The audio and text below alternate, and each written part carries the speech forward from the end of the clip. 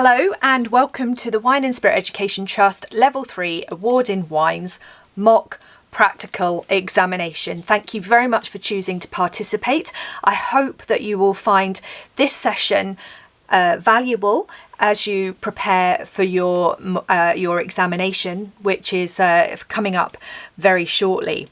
What I have tried to do with this session is to show you 4 wines that might well come up in the exam and give you the opportunity to taste them blind, so you don't know what they are.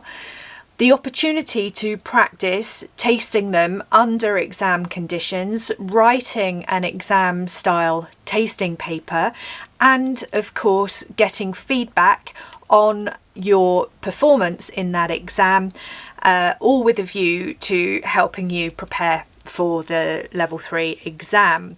So I have sent you 4 samples in the post. That's 2 exams worth, because each exam has 2 wines in it. The style of wines that you might get are white wine, red wine, or maybe a sweet white wine. Okay, so you will not get a rosé, you will not get a sparkling wine, you will not get a fortified wine. It is either a white wine, a red wine, or a sweet white wine. So I've sent you 4 wines. The idea is that 1 and 2 are in exam number 1 and 3 and 4 are in exam number 2. So I would recommend that you start with wine 1 and 2 and give yourself 30 minutes to taste the 2 wines and write your tasting notes according to the systematic approach to tasting. Then repeat the exercise with wines 3 and 4. Please chill wines number 1 and 3. Okay, so lightly chill wines 1 and 3 because they are white wines, whereas 2 and 4 are red wines, so they don't need chilling. Taste them use ISO tasting glasses the same way that you would for the exam. Make sure you're in a room with plenty of natural light as well, so you get a good feel for the appearance. Use the blank tasting sheets that I sent you by email. If you didn't get those, get in touch and I'll forward them to you as soon as I can. Once you have completed the papers, self-mark them using this feedback video and then forward them to me, and I'll see if there's any further comment that I can make in order to help you improve your grades for the exam. If you're tasting now, stop the feedback video at this stage, go away, taste both sets of wines or do them separately if you like. Taste wines 1 and 2 and then come back and watch the feedback video. So stop the video now. Okay, welcome back.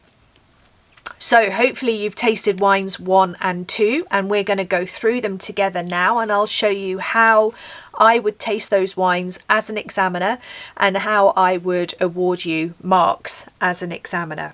So let's start with wine number 1. So wine number 1, well, I think this is medium lemon. Okay, so we're going to go for medium lemon. Remember that you will not get marks for clarity or other observations. Good practice to note them down if relevant, but you won't get marks for them. So it's just for intensity and colour. So we're going to go for medium lemon on this wine. Okay, now let's try the nose. So the way I look at the nose is if I can smell it here, when I hold it at my chin, it's pronounced. I can't smell it there. If I can smell it here at my lips, medium plus. If I can smell it really clearly here, medium. If I have to give it a bit of a shake, give it a bit of a shake though, then it's probably going to be medium minus. Yeah, let's go for medium minus. Okay. Right, now the aroma characteristics. What you need to do here is split your aroma characteristics into primary, secondary and tertiary. the WSET will expect you to be able to identify all three of those aroma categories, primary, secondary and tertiary, in your wine as appropriate. So if you've got a wine with all three of those categories in, they want you to make a note of primary notes, secondary notes and tertiary notes as well. Now I think our wine has only really got primary notes in it. And that's fine. Sometimes wine do only have primary notes in. WSET understand that, and in this case they will only award you marks for primary characteristics. But what have we got? Apple, lemon, pear,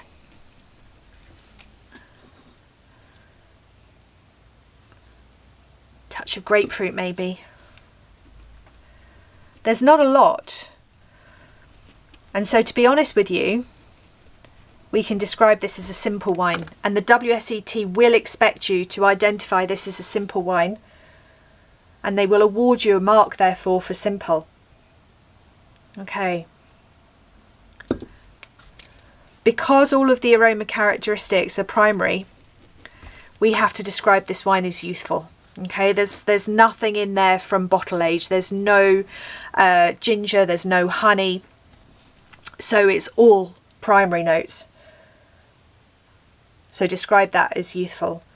Okay, good, right, that's the nose. You get 5 marks for the nose, 2 marks for the appearance. Okay, let's move on to the palate, taste.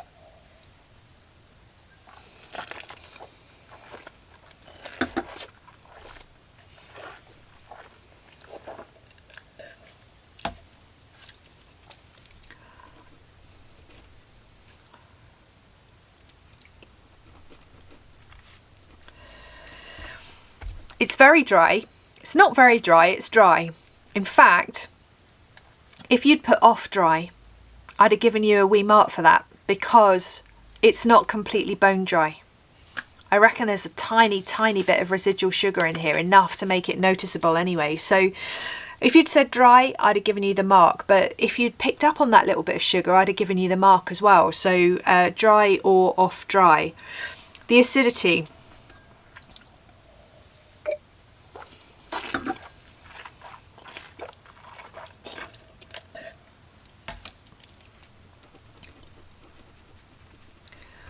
Medium. Not a lot of acidity there at all. Tannin, no marks for tannin, because we're dealing with a white wine here. Alcohol, medium. And the body, I'm going to say, is medium minus. Not a lot of weight on this particular wine. It doesn't feel far off water. It's got quite a watery texture to it, to be honest with you. Flavour intensity, even less, I think, on the palate than there was on the nose, but I'm going to go for medium minus. And again, the flavour characteristics, don't stress too much about this. Go for what you wrote down for the nose. So apple, lemon, don't forget to note that it's simple. Pear, grapefruit. You get 3 marks here, so you haven't got to write too many anyway, and I would just repeat what I found on the nose. Finish, short. Okay, so quality level, we're going to go for acceptable here. Touch out of balance. I think there's a little bit of bitterness on the back of the throat, which is on the back of my palate, which is throwing this wine out of balance ever so slightly. There's not a lot of refreshing acidity in there, to be honest with you, and there's certainly very little complexity. It's not particularly distinct. The flavours are a little bit dilute, so I think we're going to go for acceptable quality here. The finish is really short. It's completely gone now from my palate. This is drink now, not suitable for aging. So 2 marks for the appearance, 7 marks for the nose, 9 marks for the palate, 2 marks for your conclusion, which is a total of 20 marks. And out of, so work out what you got out of 20. Right. Okay, are we ready to move on to wine number 2? Wine number 1, by the way, was a wine from southeastern Australia, a Chardonnay Semillon blend. Okay, let's look at wine number 2. Okay, so our appearance here, medium ruby. Possibly got some purple in there. So if you said medium purple, I'd have given you that. But it is more ruby than it is purple. Don't use ranges. So don't say purple ruby, you must say one or the other. And that's the same for the whole way through the SAT. Don't use ranges. Okay, on the nose, can you smell it here?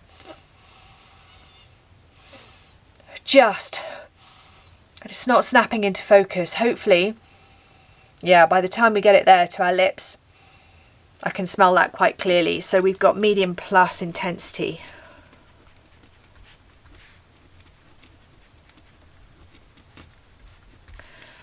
Okay, give it a swirl and let's talk about the aromas. Okay, so primary, secondary, tertiary, red cherry, black cherry. Don't forget to be specific about the actual colour of the fruit as well. Black cherry, red cherry, plum, black currant, red plum, black currant. On the secondary notes, we've got some vanilla and we've got some clove spices.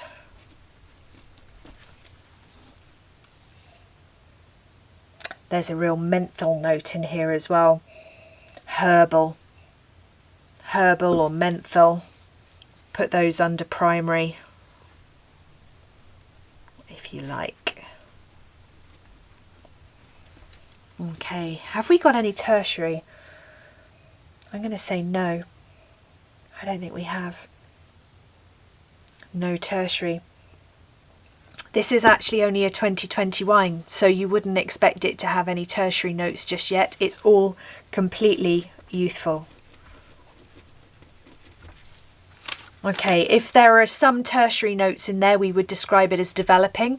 If the tertiary notes are beginning to dominate, then we would describe it as fully developed. Okay, let's taste.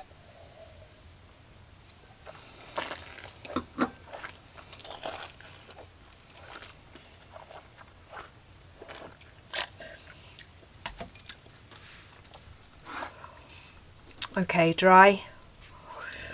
My mouth is watering a little. So let's go medium plus acid. Tannin. Very fine tannins, but they are there. So let's go for medium. Let me just check again.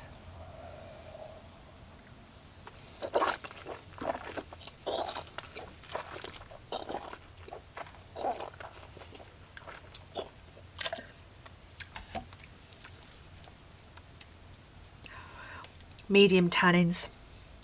Alcohol feels quite warm. Yeah, just checking the label, we're actually high alcohol there. 14%. So you get the mark for high. Medium plus body. Fair bit of weight behind it.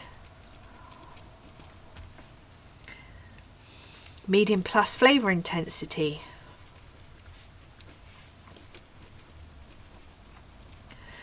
Flavour characteristics, again, repeat what you said on the nose, that's absolutely fine, but if there's anything extra that you want to add.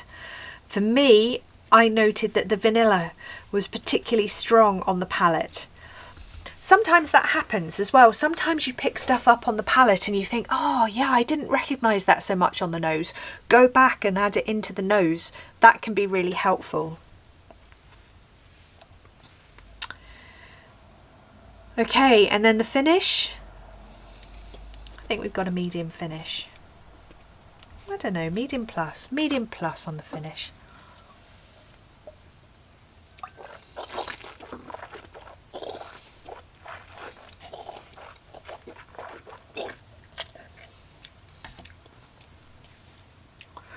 There's a little bit of smoke, char in there as well, from oak, of course.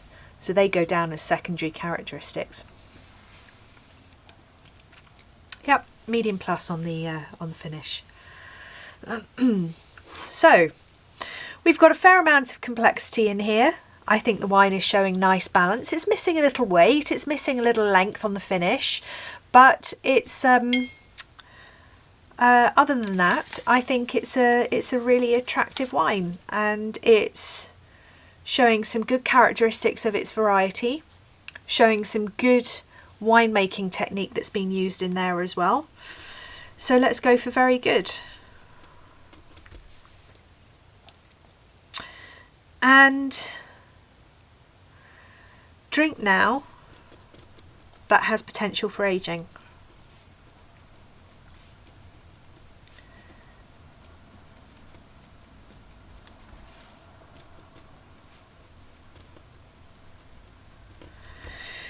Three years, 5 years maybe, not too long, but it's definitely worth putting a bottle of that in the cellar and seeing, letting it develop some develop some bottle flavours would not hurt that wine at all. So drink now, but has potential for aging. So that was a Central Otago Pinot Noir.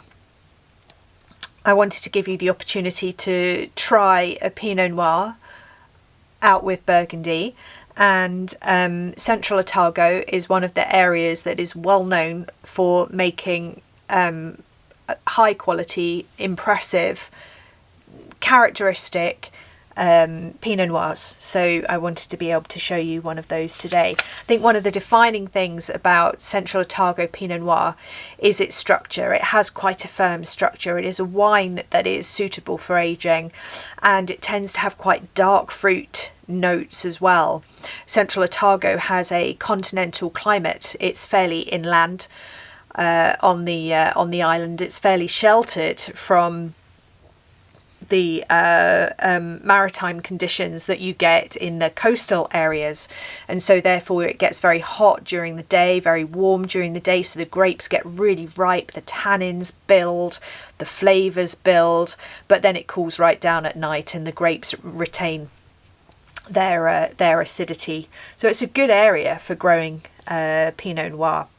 Okay, so again, tot your marks up. This time you get 21 marks, because you have to mention tannin on the palate, so you get 21 marks for that. So a total of 41 marks. Out of 41, you need to get 23 in order to achieve a pass.